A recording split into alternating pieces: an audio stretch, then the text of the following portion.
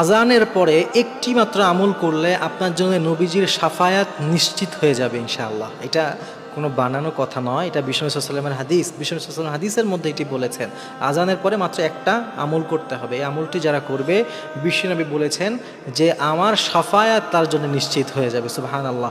এই আমলটি হচ্ছে হযরত আবু হুরায়রা থেকে বর্ণিত। তিনি বলেন বিষ্ণু সাল্লাম বলেছেন যখন আজান শেষ হয় এরপরে আজানের পরে কিন্তু একটা দোয়া আছে, আল্লাহুম্মা রাব্বা হাদিহি দাওয়াতি তাম্মা ওয়াস সালাতিল কাইমা।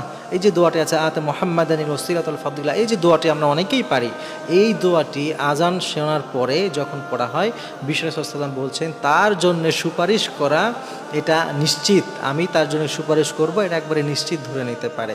সুবহানাল্লাহ। এই জন্যে যারা আমরা নবীজির সুপারিশ পেতে চাই আখেরাতে, এমন এক ভয়ঙ্কর দিন, যেই ভয়ঙ্কর দিনে নবীরা পর্যন্ত আফসোস করতে থাকবে, তারা পর্যন্ত পেরেশান থাকবে, ওই সময়টাতে নবীজির শাফায়াতের চাইতে বড় আর নিয়ামত কী হতে পারে।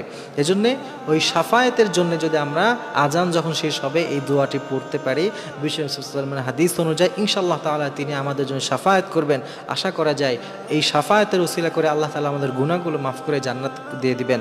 এজন্য অবশ্যই চেষ্টা করা প্রত্যেক নামাজ আজান শেষ হওয়ার পরে এটা হাঁটতে চলতে পড়া যায়, যখনই আজানটা আমরা শুনবো, শোনার পরে পরে ইনশাআল্লাহ তাআলা এই আমলটা আমরা করব।